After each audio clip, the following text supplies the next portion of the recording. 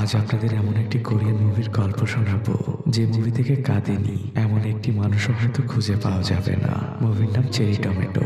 এক দাদা নাতনি আর এক টুকরো মাংসের গল্প এটি। আপনার হয়তো আমার কণ্ঠ নাও ভালো লাগতে পারে, কিন্তু তারপরও আপনাকে অনুরোধ করছি এই 30টি মিনিট কষ্ট করে ভিডিওটি দেখার জন্য। যদি ভিডিওটি দেখা শেষে মনে হয় আপনার সময় নষ্ট করেছি, তাহলে আপনার সময় তো ফিরিয়ে দিতে পারবো না, তবে কমেন্ট বক্সে আপনার যে কোনো কথা আমি মাথা পেতেই নিব। তো চলুন জেনে আসি আমার জীবনে দেখা সেরা একটি মুভির গল্প। কোরিয়ার একটি ব্যস্ত শহর। রাস্তার ধারে একটি কুরিয়ার কোম্পানির মালামাল একত্রিত করা হচ্ছিল। এই মালামালগুলো দেখভালের জন্য দায়িত্বে রয়েছেন 70 বছর বয়সী একজন লোক। তার নাম পার্ক। সে আমাদের এই মুভির অন্যতম প্রধান চরিত্র। পার্ক ওখানে থাকা ছেলেটির সাথে অনেক চেঁচামেচি করছিল। তার পাশেই একটি ছোট কম্বল পেঁচিয়ে বসেছিল তার একমাত্র নাতনি। এই বাচ্চা মেয়েটির নাম ডাসিয়ং। সে আমাদের মুভির মূল চরিত্র। দাদা কাজের সময় সিগারেট খাচ্ছিল দেখেই নাতনি এতক্ষণ কম্বলের নিচে ছিল। এই দুজন মানুষের সামনে হঠাৎ করে একজন ব্যক্তি এসে দাঁড়ায়, আর এই দুজন মানুষেরই চোখ একদম কপালে উঠে যায়। দৃশ্য পরিবর্তন হয়। এই ব্যক্তি হচ্ছেন ডাসিয়ং এর বাবা। সে এতদিন জেলে বন্দী ছিল। এতদিন পর সে জেল থেকে মুক্ত হয়েছে। ডাসিয়ং এর মা তার জন্মের সময় মারা গিয়েছে। ছোটবেলা থেকেই দাদা তার নাতনিকে কোলে পিঠে করে বড় করেছে। বাবা যখন জেলে যায় ডাসিয়ং এর বয়স তখন 1 বছর। এখন ডাসিয়ং এর বয়স 6। বাবা ডাসিয়ংকে ছোট্ট একটি চেরি টমেটো গাছের চারা উপহার দেয়। বাবার কাছ থেকে প্রথম উপহার পেয়ে বাচ্চা মেয়েটি অনেক খুশি। আর এই চেরি টমেটো গাছের চারাটির নামই মুভির নাম। ডাসিং এর বাবা জিজ্ঞেস করে, তুমি কি স্কুলে যাওয়া শুরু করেছো? ডাসিং বলে, আমি এখন অনেক ছোট। তখন বাবা বলে, তাহলে তুমি পিঠে ব্যাগ নিয়ে কেন ঘুরে বেড়াও? ডাসিং বলে, আমার সাথে বন্ধুরা সবাই স্কুলে যায়, আমি ওদেরকে বুঝাই যে আমিও স্কুলে পড়ি। পাশ থেকে দাদা বলে, ওকে স্কুলে ভর্তি করার মতো টাকা আমার কাছে নেই। তুমি এবার তোমার মেয়ের দায়িত্বটা নিলে আমি একটু মুক্তি পাই। ছেলে তার বাবাকে জিজ্ঞেস করে, তোমার পেনশনের টাকার কি খবর? পেনশনের টাকার কথা শুনে ডাসিং এর দাদা অনেক রেগে যায়। সে তার ছেলেকে বলে, আমি বৃদ্ধ বয়সে শেষ সম্বল টাকাগুলো দিয়েই নিজেরা ডাসিং এর খেয়াল রাখি। ওই টাকাগুলোর দিকে কোনোভাবেই চোখ দিবে না। দাদা রেগে যায়, কারণ ডাসিং এর বাবার স্বভাব যে ভালো না সেটা খুব ভালো করেই ডাসিং এর দাদা জানত।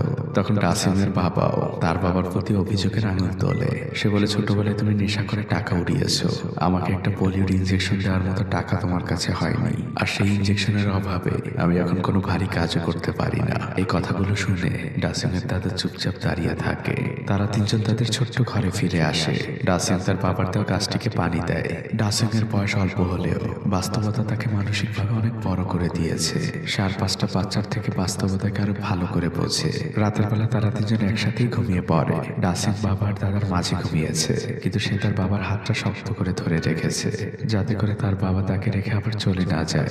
অন্যদিকে ডাসিং এর দাদার এখনো ঘুম আসছে না। সে গভীর রাতে একা একা উঠে দাঁড়ায়, আর আলমারির মধ্যে জমিয়ে রাখা টাকাগুলোকে সে বের করে। সে তার ছেলের ভয়ে টাকাগুলোকে অন্য কোথাও লুকিয়ে রাখার চেষ্টা করছে। আর ঠিক তখনই তার ছেলে পেছন থেকে বলে ওঠে, বাবা, ওগুলো লুকানোর দরকার নেই। তোমার ওই টাকাগুলো আমি আগেই দেখেছি। চুরি করার হলে আমি আগেই করতাম। ছেলের এই কথায় বাবা কোনো উত্তর দেয় না। সে চুপচাপ এসে তার জায়গায় আবারও শুয়ে পড়ে। তখন ছেলে খুব ধীর গলায় তার বাবাকে বলে, বাবা, আমি আবারও যদি কোথাও চলে যাই তাহলে একটা কথা মনে রেখো, আমি আবারও তোমাদের কাছে ফিরে আসবো। পরদিন সকাল হয়। ডাসিং চিৎকার করে তার দাদাকে ডাকছে। সে বারবার বলছে, দাদা, বাবা চলে গিয়েছে। আমি বাবার হাতটা এত শক্ত করে জড়িয়ে ধরে রাখলাম, তাও বাবা চলে গেল। ডাসিং এর দাদা উঠে দেখতে পায় আসলে তার ছেলেটা চলে গিয়েছে। সেই সাথে সে তার জমানো টাকাগুলো নিয়ে গিয়েছে। দাদা রাস্তা দিয়ে পাগলের মতো দৌড়াচ্ছে। দৌড়াতে দৌড়াতে সে অনেক ক্লান্ত হয়ে গিয়েছে। সে এক জায়গায় বসে শুধু চিন্তা করছিল এখন কিভাবে সে টাকা ম্যানেজ করবে। তখন পাশ থেকে ছোট্ট ডাসিং তার দাদার হাতে একটি সিগারেট গুঁজে দেয়। দাদার জন্য সে শীতের কাপড়ও নিয়ে এসেছে। দাদা তখন নাতনিকে বলে, তুমি আজ বাসায় থেকো, আমার পিছু পিছু আসার দরকার নেই। এটা বলে দাদা সেখান থেকে চলে যায়। পেছন থেকে নাতনি তাকে চিৎকার করে বলে, দাদা, সময় মতো দুপুরের খাবারটা খেয়ে নিও। দৃশ্য পরিবর্তন হয়। একজন লোক দাদা পার্কে অনেক বকাঝকা করছিল। এই লোকটি হচ্ছে তার বস। দাদা তার কাছ থেকে কিছু টাকা ধার নিয়েছিলেন। আজ ছিল সেই টাকা পরিশোধের শেষ দিন, কিন্তু দাদার জমানো টাকাগুলো তো তার ছেলে চুরি করে নিয়ে গিয়েছে। দাদা তার বসের কাছে অনেক আকুতি করতে থাকে। সে তার বসকে এটাও বলে, আমার চাকরিটা না থাকলে আমার নাতিটা না খেয়ে থাকবে। কিন্তু তার বস কোনো কথা শুনতেই রাজি না। সে দাদা পার্ককে চাকরি থেকে বের করে দেয়। এক বুক বড় হতাশা নিয়ে যখন দাদা বাড়ি ফিরে আসে, ততক্ষণে নাতনি ডাসিয়াং ঘুমিয়ে পড়েছিল। কিন্তু ঘুমানোর আগে ডাসিয়াং ঠিকই তার দাদার জন্য খাবারগুলো সাজিয়ে রেখেছে। সেখানে অতি সামান্য খাবার ছিল। দাদা দেখেই বুঝে যায় তার নাতনি খুবই সামান্য খেয়েছে, আর বাকিটা সে তার দাদার জন্য রেখে দিয়েছে। দাদা ঘুমন্ত নাতনির মুখের দিকে তাকিয়ে এক দীর্ঘশ্বাস ফেলে আর আপন মনেই বলে, তুই এক ভুল ঘরে জন্ম নিয়েছিস। এই বৃদ্ধ দাদা তোকে 3 বেলা খাবারও দিতে পারে না। এই দাদার গলা থেকে এই খাবার নামবে না। দাদা উঠে একটি কম্বল বের করে সে তার নাতনির গায়ে দিয়ে দেয়। ডাসিয়াং এর মাথার কাছে তার বাবার দেওয়া উপহারটি ছিল। দাদা সে চেরি টমেটো গাছটিকে একটু দূরে সরিয়ে রাখে। ঘুমন্ত ডাসিয়াং উঠে যায়। সে তো চশমা ছাড়া চোখে দেখতে পায় না। সে উঠে এসে গাছটিকে দেখার চেষ্টা করছিল। তারপর সে তার চশমাটি নেয় আর গাছটিকে ভালোভাবে দেখতে থাকে। তারপর গাছটিকে নিয়ে এসে সে আবারও শুয়ে পড়ে। বাবা না থাকলেও বাবার দেওয়া প্রথম উপহারটি এই বাচ্চা মেয়েটির কাছে অনেক মূল্যবান। এই সব কিছুই দাদা এতক্ষণ নিজ চোখের সামনে দেখলো। পরদিন সকালবেলা দাদা একটি ছোট ঠেলা গাড়ি নিয়ে বেরিয়েছে। সে প্লাস্টিকের বোতল আর পুরনো কাগজ কুড়াচ্ছিল। নাতনিকে খাওয়ানোর জন্য তাকে কিছু তো একটা করতে হবে। দাদাকে পেছন থেকে একজন লোক ডাক দেয়। এই ফেলে দেওয়া জিনিসগুলোরও এরিয়া ভাগ করা রয়েছে। এই এরিয়াটা ছিল এই লোকটির এরিয়া। সে দাদাকে অনেক ঝাড়ি দিতে থাকে এখান থেকে কোনো পুরনো কাগজ না কুড়ানোর জন্য। কিন্তু দাদা আপন মনেই কাজ করছিল। কিন্তু যুবক বয়সে দাদা মিলিটারির ট্রেনিং নিয়েছিল। ওই লোকটি তার গাড়ি দিয়ে দাদার গাড়িতে আঘাত করে। দাদা খুবই রেগে যায়। দাদা লোকটিকে অনেক মারে। তারপর সারাদিনের জমানোর জিনিসগুলো নিয়ে দাদা শহরের ব্যস্ত পথ দিয়ে হাঁটছিল। এই বয়সে এত বড় বোঝা সে শুধুমাত্র নিজের পেট আর নাতনির পেটটা চালানোর জন্যই বইছিল। পেছনে গাড়ির চ্যাম্প বেঁধে যায়। তারা দাদাকে গালমন্দ করতে থাকে। কিন্তু এই গাড়িতে চলা লোকগুলো জানে না এই বয়স্ক লোকটার ভেতরের কষ্টগুলো। দৃশ্য পরিবর্তন হয়। দাদা ওই জিনিসগুলো যে লোকটার কাছে বিক্রির জন্য নিয়ে এসেছে সেই লোকটাও দাদাকে ঠকানোর চেষ্টা করে। দাদার সংগ্রহ করা ওই জিনিসগুলোর যতটা ওজন হয়েছিল লোকটার তার থেকে অনেক কম বলে। সমাজে আসলে গরিব আর অসহায় লোকদের প্রতিটা জায়গায় এভাবেই ঢুকতে হয়। এদিকে দেখা যায় ডাসিয়াংরা যে বস্তিতে থাকে সেখানে আন্দোলন হচ্ছে। একদিকে বস্তির লোকজন আর অন্যদিকে কিছু পুলিশ। এই বস্তির জায়গা সরকারি, তাই এই বস্তি ভেঙে এখানে বড় শপিং মল হবে। কিন্তু এই বস্তির মানুষজন তাদের মাথা গোঁজার শেষ জায়গাটুকু ছাড়তে একদমই রাজি না। এই আন্দোলনের মাঝেও ছোট্ট মানুষ ডাসিয়াং ওখানে পড়ে থাকা পুরনো প্লাস্টিকের বোতলগুলো কুড়াচ্ছিল। সে তার দাদাকে সব অবস্থায় সাহায্য করতে চায়। আপনাদের তো আগেই বলেছি বাস্তবতা এই ছোট মানুষটিকে মানসিকভাবে অনেক বড় করেছে। কিছুক্ষণের মধ্যে দাদা বস্তিতে ফিরে আসে। কিন্তু তার এই আন্দোলন নিয়ে কোনো মাথা ব্যথা নেই, কারণ সে জানেও না যে এটা কিসের আন্দোলন। সে নাতনির হাত থেকে বোতলগুলো নেয় আর ডাসিয়াংকে বলে যে তোমার এগুলো করার কোনো দরকার নেই। এরই মধ্যে হঠাৎ করেই বস্তিবাসী আর পুলিশদের মধ্যে সংঘর্ষ শুরু হয়ে যায়। দাদা নাতনিকে সেখান থেকে নিরাপদে সরিয়ে নেয়। আর যখন সে ঘুরে তাকায় তখন সে দেখতে পায় তার শেষ সম্বল ওই ঠেলা গাড়িটা আন্দোলনের মাঝে পড়ে একদম চুরমার হয়ে গিয়েছে। দাদা চিৎকার করে বলতে থাকে, কেউ আমার ঠেলা গাড়িটাকে বাঁচাও। কিন্তু দাদার চোখের সামনেই তার শেষ সম্বলটা মাটির সাথে মিশে যায়। বয়স্ক লোকটি কাঁদতে থাকে। আমাদের স্বপ্নের পরিধি হয়তো অনেক বড়, কিন্তু এই মানুষগুলোর স্বপ্ন দুবেলা ভাতের মধ্যেই সীমাবদ্ধ। দৃশ্য পরিবর্তন হয়। বস্তিটিকে একদম ভেঙে ফেলা হয়েছে। একটি এনজিও আশ্রয়হীন মানুষগুলোকে দুপুরের খাবার দিচ্ছিল। দাদা তাদের জিজ্ঞেস করে, আপনারা কি প্রতিদিনই আমাদের এমন খাবার দিবেন? এনজিওর মেয়ে দুটো জানায়, না, আমরা শুধু আজকেই খাবার দিব। দাদার মনটা খারাপ হয়ে যায়। তখন এনজিওর মহিলা দুটো দাদাকে বলে, আপনার নাতনিটিকে তো কোনো এতিমখানায় দিয়ে দিতে পারেন, তাতে ওর খাবারের চিন্তা আর আপনার করা লাগবে না। এ কথা শুনে ছোট্ট মানুষ ডাসিয়াং খাবারগুলো ওখানে রেখেই দাদাকে নিয়ে সামনের দিকে হাঁটতে থাকে। সে তার দাদাকে রেখে কোথাও যাবে না। এদিকে বস্তিবাসী এখনো মেইন রাস্তায় পুলিশের বিরুদ্ধে আন্দোলন চালিয়ে যাচ্ছে। সেই আন্দোলনে এখন দাদাও যোগ দিয়েছে। একসময় পুলিশরা সবার উপর চড়াও হয়। তারা সবাইকে গ্রেপ্তার করতে শুরু করে। ভিড়ের মাঝে ছোট্ট মানুষ ডাসিয়াং এর একমাত্র চশমাটি মাটিতে পড়ে তার একটি গ্লাস ভেঙে যায়। পুলিশ ডাসিয়াং এর দাদাকে ধরে নিয়ে যাওয়ার চেষ্টা করছে। ডাসিয়াং পুলিশের হাত ধরে অনেক কাঁদছে। সে পুলিশকে বলছে, আঙ্কেল, আমার দাদা ছাড়া পৃথিবীতে কেউ নেই, প্লিজ আমার দাদাকে আপনারা ধরে নিয়ে যাবেন না। পুলিশটির বাচ্চা মেয়েটির জন্য অনেক মায়া হয়, তাই সে দাদাকে ছেড়ে দেয়। দাদার নাতনি শহরের পথ দিয়ে হাঁটছিল। ডাসিয়াং তার দাদাকে বলে, আমি বাবার দেওয়া কাজটাকে খুব যত্ন করে রেখে দিয়েছি। দাদা রেখে যেয়ে বলে, তোর বাবার কথা আমার সামনে বলবি না। দৃশ্য পরিবর্তন হয়। অনেকগুলো কাঁচা মাংস প্লেটে সাজানো হচ্ছে। এটা ছিল এই শহরের খুব ধনী একজন ব্যবসায়ীর বাড়ি। আপনারা কি ভাবছেন এই মাংসগুলো কোনো মানুষের জন্য? মোটেও না। এগুলো ছিল ওই ব্যবসায়ীর প্রিয় কুকুর তানায়ের জন্য। ওই ব্যবসায়ীর ওয়াইফ তাকে বলে, অনেকদিন তো হয়ে গেল, এবার আমার একটা বাচ্চা নেই। লোকটি তার ওয়াইফকে মুখের উপরই ধমক দেয় আর তাকে বলে, তোমার কাজ হচ্ছে তানার ঠিকভাবে খেয়াল রাখা। এই কথা শুনে মহিলাটির মুখটা একদম শুকিয়ে যায়। লোকটি তার কেয়ারটেকারকে বলে কাল থেকে মাংস চেঞ্জ করে আনার জন্য, কারণ তানার হয়তো ওগুলো পছন্দ হচ্ছে না। লোকটি প্রতি মাসে লাখ টাকা খরচ করে তার এই প্রিয় কুকুরটির জন্য। এদিকে ডাসিম তার দাদার সাথে হাঁটার সময় বারবারই পড়ে যাচ্ছিল, কারণ ভাঙা চশমার কারণে সে ভালোভাবে দেখতে পাচ্ছিল না। দাদা এতক্ষণে বিষয়টা খেয়াল করলো। রাস্তার পাশের একটি দোকানে খুব অল্প টাকায় প্যানকেক বিক্রি করা হচ্ছিল। দাদা সেটা দেখে ডাসিমকে একটি প্যানকেক কিনে দেয়।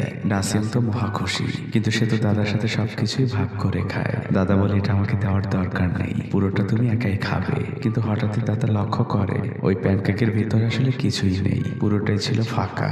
দাদা তখন ওই দোকানদারকে কালমন্দ করতে থাকে রক্তচোষা বলে। তখন ডাসিম তার দাদাকে থামায় আর সে দোকানের সামনে থাকা একটি লেখা দাদাকে দেখায়। মূলত সেখানে আগে থেকেই লেখা ছিল এই প্যানকেকের ভেতরে আসলে কিছুই নেই, আর এই জন্যই কেকটার দাম এত কম ছিল। ডাসিম তার দাদাকে বলতে থাকে, শুধু শুধু কোনো মানুষকে আর কখনো গালি দিবে না, উনি তো আগে থেকেই লিখে রেখেছেন। ছোট মানুষের কথায় দাদা কিছুটা মাইন্ড করে। সে ডাসিমের উদ্দেশ্যে বলে, তুমি আমার সাথে এমন ব্যবহার করলে তোমাকে আমি এতিমখানায় রেখে আসবো। ছোট মানুষ হঠাৎ করেই থমকে যায়, তার চোখ পানিতে ছলছল করছিল। সে হাতে থাকা প্যানকেকটিকে মাটিতে ফেলে দিয়ে সামনের দিকে একাই হাঁটতে থাকে। ডাসিম অনেক কাঁদছিল। দাদা তাকে পেছন থেকে বোঝানোর অনেক চেষ্টা করে, কিন্তু এই ছোট মানুষটি সকল কষ্ট সহ্য করতে পারলেও দাদাকে ছেড়ে যাবার কথা কখনো কান দিয়ে শুনতেই পারে না। তারা তাদের বস্তির এরিয়ে ফিরে আসে। তখন তাদের একজন প্রতিবেশী দাদাদের ডাক দেয় আর তাদেরকে বলে, তোমার ছেলে কল দিয়েছিল, অর্থাৎ ডাসিমের বাবা। সে খুব তাড়াতাড়ি ফিরে আসবে, আর সেটাও বলেছে এবার সে অনেকগুলো টাকা নিয়ে আসবে আর তোমাদেরকেও এখান থেকে নিয়ে যাবে। দাদা নাতনি এ কথা শুনে দুজনে অনেক খুশি হয়ে যায়। তাদের কষ্টের দিন হয়তো শেষ হতে চলেছে। এদিকে ডাসিমের বাবাকে দেখানো হয় সে তার এক বন্ধুর সাথে একটি জায়গায় চুরি করতে এসেছে। এটা ছিল একটি শুটকি মাছের ফার্ম। চোখের সামনে এতগুলো শুটকি মাছ দেখে তারা দুজন অনেক খুশি হয়ে যায়। তারা দুজনে পাগলের মতো মাছগুলোকে কালেক্ট করতে থাকে আর একটি পিকআপে উঠাতে থাকে। ডাসিমের বাবা বলছিল, আমার দুঃখের দিন শেষ, আমি এবার আমার মেয়ের জন্য নতুন জামা কিনে নিয়ে যাব। ডাসিমের বাবার বন্ধু অনেক খুশি। দুজনে মিলে তারা এখান থেকে বের হয়ে কি করবে সকল প্ল্যানিং করছিল, মাছগুলোকে কালেক্ট করছিল। অনেকগুলো মাছ তারা কালেক্ট করে আর পিকআপ নিয়ে তারা শহরের দিকে রওনা হয়। পথের মধ্যে হঠাৎ করে ডাসিমের বাবার পেটে ব্যথা ওঠে, সে ওয়াশরুমে যাবে। তাই তারা একটি সুপার শপের সামনে দাঁড়ায়। ডাসিমের বাবা ওয়াশরুমে যায়। সেখানে বসে সে আপন মনে বলতে থাকে, ডাসিয়ন মা, আমি তোমার কাছে ফিরে আসছি। তোমাকে আমি আবার স্কুলে ভর্তি করব। তোমাকে ব্যাগ নিয়ে আর বন্ধুদের সামনে অভিনয় করতে হবে না। এই মানুষটি হয়তো একজন খারাপ মানুষ হতে পারে, কিন্তু সে একজন খারাপ বাবা নয়। ওয়াশরুম থেকে যখন ডাসিমের বাবা বাইরে বের হয়, তখন সে দেখতে পায় তার বন্ধু আর তার গাড়িটি সেখানে নেই। তার বন্ধু তাকে ধোকা দিয়েছে। ডাসিমের বাবা কাঁদছে। এতক্ষণের দেখা স্বপ্নগুলো সব মাটিতে মিশে গেল।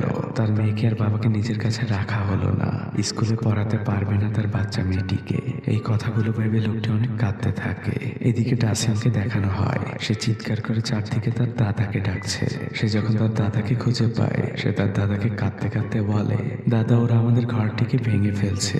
দাদা তার নাতনির সাথে দৌড়াতে থাকে। শপিং কমপ্লেক্সের মালিকের ভাড়া করা গুন্ডারা এই মাথা গোজার শেষ চিহ্নটুকু মুছে ফেলতে চায়। তারা সবকিছু ভাঙচুর করছে। দাদা তাদের বাধা দেওয়ার চেষ্টা করে, কিন্তু তারা দাদাকে অনেক মারতে থাকে। ছোট মানুষটি বরাবরের মতোই দাদাকে বাঁচানোর চেষ্টা করে, কিন্তু এই অমানুষগুলো বাচ্চাটিকে ধাক্কা দিয়ে মাটিতে ফেলে দেয়। তার ভাঙা চশমার একটি গ্লাস কিছুটা দূরে যেয়ে পড়ে, আর ওই বাচ্চা মেয়েটি তখন নিজের চোখের সামনে দেখতে পায় একজন গুন্ডার পায়ের নিচে পড়ে গ্লাসটি ভেঙে টুকরো টুকরো হয়ে যায়। ছোট মানুষ ডাসিম একদম নির্বাক হয়ে যায়। সে আর কিছুই বলে না। সে চুপচাপ উঠে দাঁড়ায় আর একটি জায়গায় এসে শুধু দাঁড়িয়ে এটাই বলে, বাবা আমি তোমাকে অনেক মিস করছি, তুমি কোথায় আছো? বস্তির অবশিষ্ট ঘরগুলোকে একে একে মাটির সাথে মিশিয়ে দেওয়া হয়। রাতের বেলায় মানুষগুলোর আশ্রয় হয় খোলা আকাশের নিচে। ওখান থেকে কিছুটা দূরে ছোট মানুষ ডাসিম কিছু একটা কুড়াচ্ছিল। দাদা তাকে জিজ্ঞেস করলে বাচ্চা মেয়েটি মুসকে একটি হাসি দেয়, কিন্তু সে আর বলে না যে সে কি কুড়াচ্ছে। আর বাচ্চা মেয়েটি যে কি কুড়াচ্ছে সেটা দাদার মতো আপনারাও সামনেই জানতে পারবেন।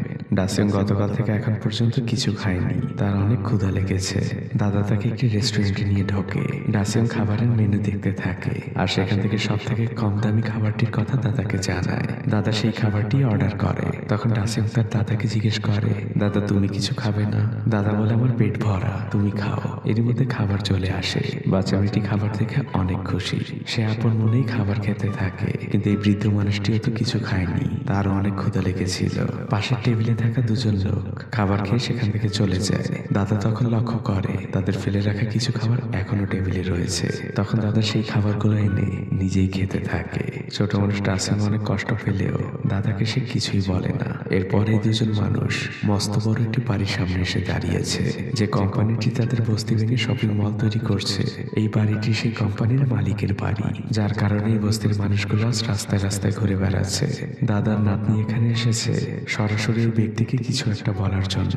আর তখনই বাড়ির গেট থেকে একটি ছেলে একটি কুকুর নিয়ে বের হয়। আশা করি আপনারা বুঝতে পেরেছেন, এটা সেই ব্যবসায়ীর কুকুর যেটা আমরা কিছুক্ষণ আগেই দেখেছিলাম। আর ওই ধনী ব্যবসায়ী হচ্ছে এই বাড়ির মালিক, যার কারণে এই বস্তির মানুষগুলোর রাজাই দুর্দশা। তারা মেইন দরজাটা খোলা দেখতে পায়। দাদার নাতনি কোনো কিছু না ভেবে সেই বাড়ির মধ্যে প্রবেশ করে। এত সুন্দর আর বড় বাড়ি দেখে তারা দুজন একদম অবাক হয়ে যায়। হঠাৎ করে মেইন গেটটা অটোলক হয়ে যায়। দাদা যে সেটাকে খোলার অনেক চেষ্টা করে, কিন্তু কোনো লাভ হয় না। বাইরে অনেক ঠান্ডাও পড়েছে। তারা দুজন ওখানেই বসেছিল। দাদা আবার সিদ্ধান্ত নেয় ঘরের ভিতরে প্রবেশ করার, কিন্তু ডাসিম যেতে রাজি না। সে তার দাদাকে বাধা দেয়। তারপরও তারা দুজন ঠান্ডা থেকে বাঁচার জন্য ঘরের মধ্যে প্রবেশ করে নরম সোফার উপরে বসে থাকে। কিছুক্ষণ পর দাদা চারপাশটা একটু ঘুরে দেখতে যায়। সে রান্নাঘরে যেয়ে দেখতে পায় সেখানে অনেকগুলো কলা রাখা। দাদার সাথে সাথে দুটো কলা পকেটে ঢুকিয়ে নেয়। আর এরপর যখন সে ফ্রিজটা খোলে, দাদার চোখ একদম কপালে উঠে যায়। এতগুলো খাবার সে একসাথে কখনো দেখেনি। সে যা পারছিল ইচ্ছে মতো বের করছিল। সে চিৎকার করে তার নাতনিকেও ডাকতে থাকে। ডাসিমও তার দাদার কাছে দৌড়ে আসে। তারা দুজন যেন খাবারের এক খনি পেয়েছে। তারা ইচ্ছে মতো খেতে থাকে। দাদা আদর করে ডাসিমকে খাবার খাওয়াচ্ছিল।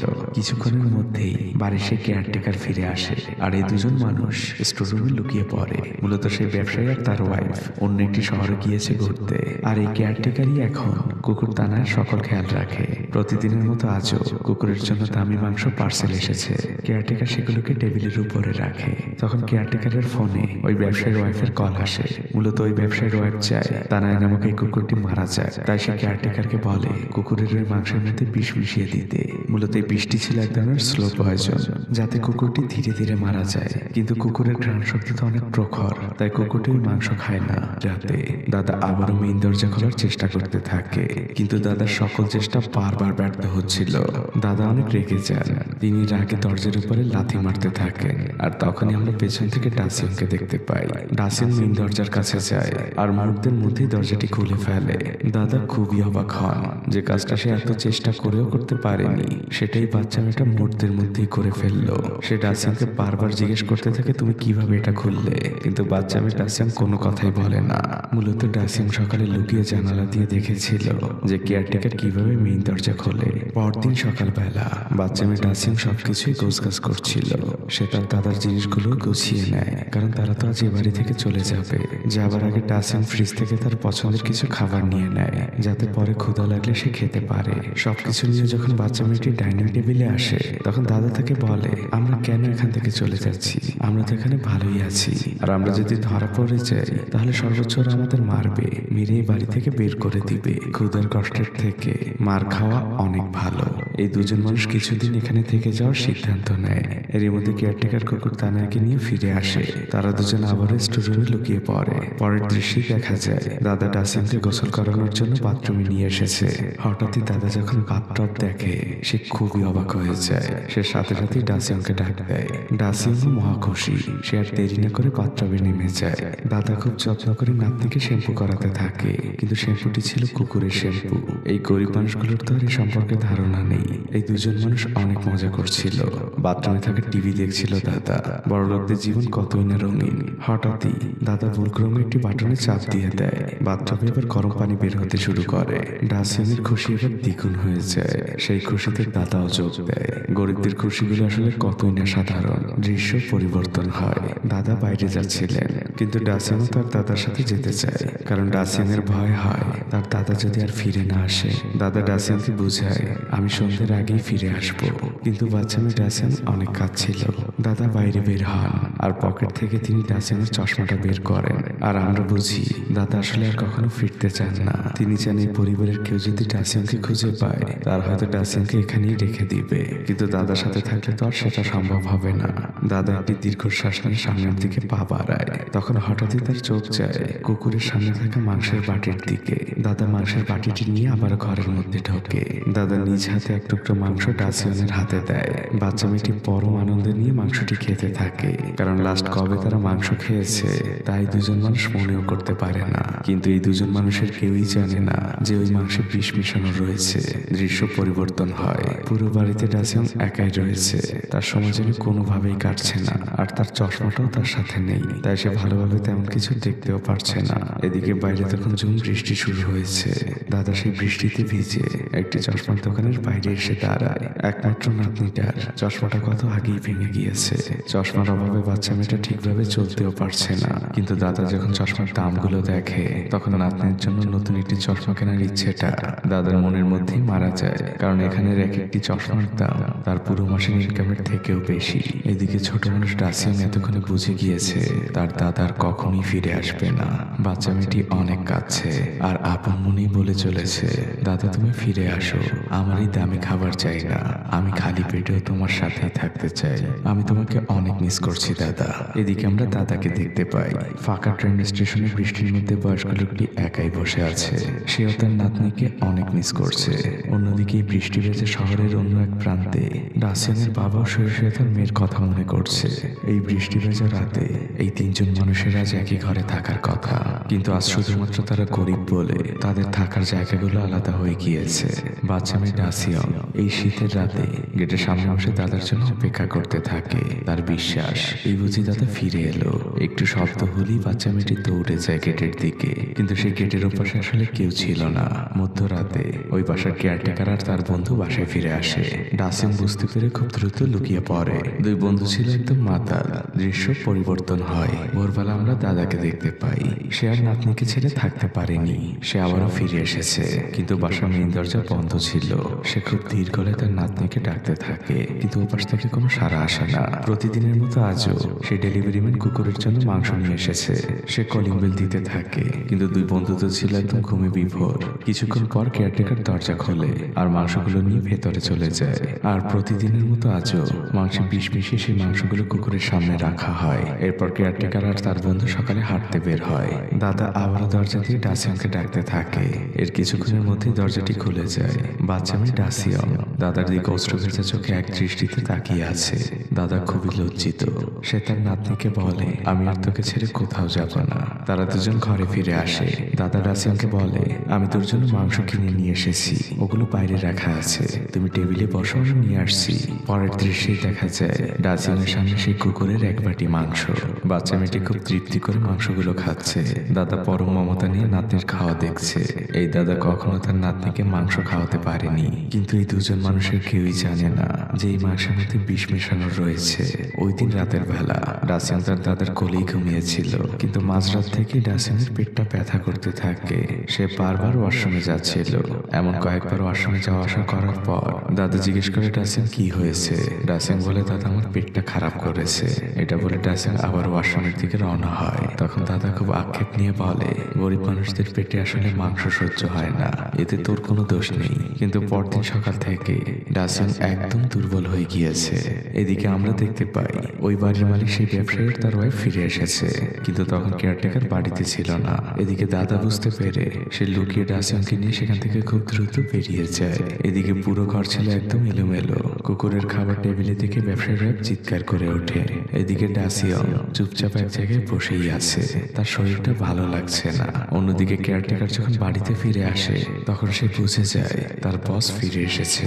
সে ঘরে ঢোকা মাত্রই তার বস তার দিকে একটি বোতল ছুঁড়ে মারে। এরপর তাকে মেরেই বাসা থেকে বের করে দেয়। এদিকে আশ্রয়হীন এই দুজন মানুষ শহরের পথ দিয়ে হাঁটছিল, কিন্তু বাচ্চা মেয়েটির শরীরটা তো একদমই ভালো না।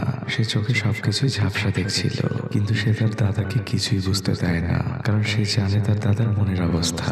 ডাসিয়ান তার দাদার হাতটা ধরে আর দাদাকে বলে, দাদা দেখেছো এই খোলা আকাশের নিচের এই শহরটা কত সুন্দর, ওই বড় লোকদের বাসার মধ্যে এত শান্তি নেই। দাদাকে হাসানোর জন্য বাচ্চা মেয়েটি দাদার হাত ধরেই ঘুরতে থাকে। হঠাৎ করে ডাসিয়ানের হাতে থাকা ব্যাগটি দূরে পড়ে যায় আর ব্যাগের মধ্যে থেকে অনেক অনেকগুলো সিগারেট বেরিয়ে আসে। আপনাদের হয়তো মনে আছে, ডাসিয়ানদের বস্তির ঘরগুলো ভেঙে ফেলার পর ডাসিয়ান কিছু একটা কুড়াচ্ছিল। ডাসিয়ান আসলে তার দাদার জন্য সিগারেটগুলোই কুড়াচ্ছিল, কারণ বাচ্চা মেয়েটি জানে এইগুলো তার দাদার ভীষণ প্রয়োজন। ডাসিয়ান মাথা নিচু করে দাঁড়িয়ে আছে, আর সে খুব ধীর করে দাদাকে বলে, দাদা এগুলো আমি তোমাকে নববর্ষে উপহার দিতে চেয়েছিলাম, তাই এগুলো সবসময় ব্যাগে নিয়ে ঘুরে বেড়াতাম। দাদার দুটো চোখ অশ্রুতে ভিজে যায়। এইটুকু মানুষ কতই না খেয়াল রাখে তার, কতই না ভাবে তাকে নিয়ে। দাদা কাঁদো কাঁদো কণ্ঠে জিজ্ঞেস করে, তুই আমাকে অনেক ভালোবাসিস রে, তাই না? অশ্রু ভেজা চোখে বাচ্চা মেয়েটিও মাথা নেড়ে উত্তর দেয়, অনেক ভালোবাসি দাদা। দাদা ডাসিয়ানকে নিয়ে তাদের সেই পুরোনো জায়গায় ফিরে আসে, কারণ ডাসিয়ানের শরীরটা ধীরে ধীরে খারাপ হয়ে যাচ্ছে। তার অনেক কাশি হচ্ছিল। ওখানে থাকা মহিলাটি ডাসিয়ানকে একটু ভাত খেতে দেয়, কিন্তু ডাসিয়ান কিছুই খেতে চায় না। পরদিন দাদা তাকে ডক্টরের কাছে নিয়ে যায়। ডক্টর তাকে চেক করে আর দাদাকে জানায় ডাসিয়ানের তেমন কিছু হয়নি, ওর শরীরটা দুর্বল, ওকে একটু ভালো ভালো খাবার দিতে হবে, তাহলে কয়েকদিনের মধ্যেও আবারও সুস্থ হয়ে উঠবে। কিন্তু ঘরে ফিরে আসার পরেও ডাসিয়ানের শরীরটা আরো খারাপের দিকেই যাচ্ছিল। দাদা যতই তাকে একটু ভাত খাওয়ানোর চেষ্টা করছিল, বাচ্চা মেয়েটি এগুলো কিছুই খেতে চায় না, সে একটু মাংস খেতে চায়। তখন পাশে থাকা মহিলাটি বলে, আমাদের অত সাধ্য নেই রে মা, যা আছে এটুকুই খেয়ে নে। কিন্তু বাচ্চা মেয়েটি অভিমান করেই শুয়ে থাকে। দাদা কষ্টে তখন সেই ব্যবসায়ীর বাড়ির সামনে যায় আর বাইরে থেকে অনেক চিল্লাপাল্লা করতে থাকে। কেয়ারটেকার তাকে বাধা দেওয়ার অনেক চেষ্টা করে। কিছুক্ষণের মধ্যেই ব্যবসায়ী বের হয়। দাদা এবার ওই ব্যবসায়ীকে গালমন্দ করতে থাকে। সে বলতে থাকে, তোর মতো বড় লোকদের জন্য আজ আমাদের এই অবস্থা, আমাদের মাথা খোঁজার ঠাইটুকু নেই। আমার ছোট নাতনিটা এই শীতের রাতে কষ্ট পায় তোর জন্য। কিন্তু ব্যবসায়ীর কথা কোনো পাত্তা না দিয়ে গাড়ির গ্লাস উঠিয়ে সেখান থেকে চলে যায়। তখন কেয়ারটেকার দাদাকে কিছু টাকা দেয় আর বলে এটা দিয়ে কিছু খাবার কিনে নিয়ে যাবেন। দাদা কিছুক্ষণ তাকিয়ে থাকে আর পরের দৃশ্যে দেখা যায় দাদা তার নাতনির জন্য কিছু মাংস কিনে নিয়ে এসেছে। কিন্তু ডাসিয়ান এই মাংস খেতে চায় না, সে ওই মাংস খেতে চায়, অর্থাৎ কুকুরের জন্য না সেই মাংস। কিন্তু দাদা তাকে অনেক বোঝানোর চেষ্টা করে, কিন্তু বাচ্চা মেয়ে জিদ ধরে বসেই আছে। তখন দাদা কষ্টে দুটো থাপ্পড় দেয় ডাসিয়ানকে। ডাসিয়ান কাঁদতে থাকে, সেই সাথে তার অনেক কাশিও হচ্ছিল। দাদা কি করবে কিছুই বুঝে উঠতে পারছে না। সে বাইরে এসে চুপচাপ বসে থাকে। তখনও তার কানে দূর থেকে ডাসিয়ানের কান্নার আওয়াজ ভেসে আসছিল। এই বৃদ্ধ লোকটির আজ নিজের কাছে বড্ড অসহায় লাগছে। পরদিন সকালবেলা দাদা সেই ব্যবসার বাড়ির সামনে যে অনুরোধ করতে থাকে তাকে একটু কুকুরের সামনে থাকা মাংসগুলো দিতে, কিন্তু মহিলাটি কিছুই বুঝতে পারছে না। তখন হঠাৎই মেইন দরজাটা খুলে যায়। দাদা দৌড়ে ঢুকে যায় ভেতরে আর কুকুরের সামনের মাংসের বাড়িটা আনতে গেলে কুকুর তাকে কামড়ে দেয়। কিন্তু তারপরও দাদা নাতনির জন্য ঠিকই সেই মাংস নিয়ে এসেছে। সে ডাসিয়ানকে ডাকে আর বলে, দেখ তোর পছন্দের মাংস নিয়ে এসেছি। বাচ্চা মেয়েটি উঠে বসে, তার অভিমান ভেঙে যায় আর পছন্দের ওই মাংসের টুকরোটি খুব খুশি মনেই খেতে থাকে। ওই দিন রাতের বেলা ডাসিয়ানের শরীরটা আরো বেশি খারাপ হয়ে যায়। তার কাশিতে এখনো কেউ ঘুমাতে পারেনি, সবাই জেগে আছে। ডাসিয়ান জ্বরে কাতরাচ্ছিল আর এইদিকে সেই ব্যবসায়ীর বাড়িতে আজ বিশাল এক পার্টির আয়োজন, সেখানে হাজার পদের খাবার সাজানো। অন্যদিকে দাদা ডাসিয়ানকে ঘাড়ে নিয়ে দৌড়াতে দৌড়াতে হসপিটালে এসেছে। সে চিৎকার করে সাহায্য চাইছে। ওখানে থাকা একজন নার্স দাদার কাছে ডাক্তার দেখানোর জন্য টাকা চায়। দাদা তখন কষ্টে চিৎকার করে ওঠে। পরের দৃশ্যে দেখা যায় একজন ডক্টর ডাসিয়ানকে চেক করছে। সে দাদাকে বলে, ডাসিয়ানের তেমন কিছুই হয়নি, সে ঠিকভাবে হয়তো খেতে পায় না তাই অসুস্থ, ওকে বাসায় নিয়ে ভালো কিছু খেতে দিন।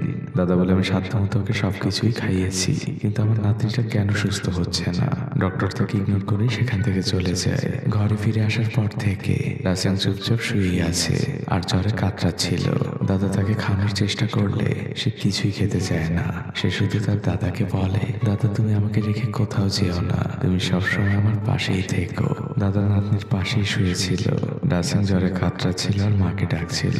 দাদা উঠে জিজ্ঞেস করে, তোমার কি বেশি খারাপ লাগছে? ডাসিয়ান শুধু ধীর গলায় বলে, আমি মাংস খেতে চাই। এত রাতেই দাদা কোথায় পাবে সেই মাংস? কিন্তু তারপর সে লুকিয়ে সেই বাড়িতে যায় আর আজ মাংসের বাটিটি কুকুরের সামনে থেকে আনতে গেলে কুকুর তাকে কামড়ে ধরেই রাখে। দাদা ব্যথায় চিৎকার করছিল। তখন সেই ব্যবসায়ীর ওয়াইফ দূর থেকে দৃশ্য দেখছিল, খাবারের জন্য মানুষ আর পশুর লড়াই। দাদা কুকুরটিকে চেপেই ধরে আছে। সে বলে, আমি আমার নাতনির জন্য যেভাবে হোক না কেন মাংস নিয়েই যাব। একসময় দাদা জিতে যায়। ক্ষতবিক্ষত দাদা মাংসের ব্যাগটি নিয়ে ফিরে আসে। দাদা ঘরের মধ্যে ঢোকে আর মাংস ভর্তি পলিথিনটি ডাসিয়ানের মাথার কাছেই রাখে। সে ডাসিয়ানকে ধীর গলায় ডাকছে, ওর দাদু ভাই, তোর পছন্দের মাংস নিয়ে এসেছি, তাড়াতাড়ি খেয়ে নে। ডাসিয়ানের কোনো সারা শব্দ নেই। দাদার হাতটা যখন ডাসিনের শরীরের সাথে লাগে, ডাসিনের মাথাটা কাত হয়ে যায়। দাদার হাতগুলো কাঁপছে, সে সাথে কাঁপছে আমার বুক। এই বাচ্চাটি মারা গিয়েছে। তার পছন্দের মাংসগুলো সে খেয়ে যেতে পারেনি। দাদা শক্ত করে তার নাতনিকে বুকের সাথে চেপে ধরে রেখেছে। সে চিৎকার করে কাঁদছে আর বলছে, তুই না আমাকে মাংস আনতে বলেছিস? তুই না খেয়ে পৃথিবী থেকে যেতে পারিস না। তুই আমাকে সবসময় বলতি, দাদা সবসময় আমার পাশে থেকো, আমি তোর পাশে আছি, কিন্তু তুই আমার পাশে কেন নেই এখন? তুই কেন একা চলে গেলি? তোকে ছাড়া এই পৃথিবীতে আমি একা কিভাবে থাকবো দাদু ভাই? আপনি যত কঠিন হৃদয়ের মানুষই হন না কেন, এই মুভির এই অংশে হয়তো আপনার চোখ দিয়ে আমার মতো করেই পানি পড়বে। পরদিন ভোরবেলা দাদা রাজিয়ানের সেই ব্যাগ থেকে একটি সিগারেট বের করে আর আনমনে সেই সিগারেটটা ধরায়, আর এক দৃষ্টিতে সে দূরে তাকিয়ে থাকে। আর আমরা পাশেই দেখতে পাই ছোট্ট রাজিয়ানের ছোট্ট একটি কবর। সেই কবরের উপরে তার বাবার দেওয়া সেই ছোট্ট চেরি টমেটো গাছটি। ভোরের বাতাসে সেই গাছের পাতাগুলো নড়ছে। আর মুভিটি এখানে শেষ হয়ে যায়। এই ক্ষুধার পৃথিবী থেকে ডাসিন বিদায় নিলেও আটকা পড়ে আছে হাজারো গরিব মানুষ, যে মানুষগুলোর বাস্তবতার গল্প হয়তো সমাজের বেশিরভাগ উঁচু শ্রেণীর মানুষেরই অজানা। ওই মানুষগুলোর কবরের সাথে ওই মানুষগুলোর জীবনের গল্পগুলো চাপা পড়ে যায়। মুভিটি আপনার কাছে কেমন লাগলো তা আমি আপনার কাছে জিজ্ঞেস করবো না, তবে অবশ্যই আপনার মতামত কমেন্টে জানাবেন।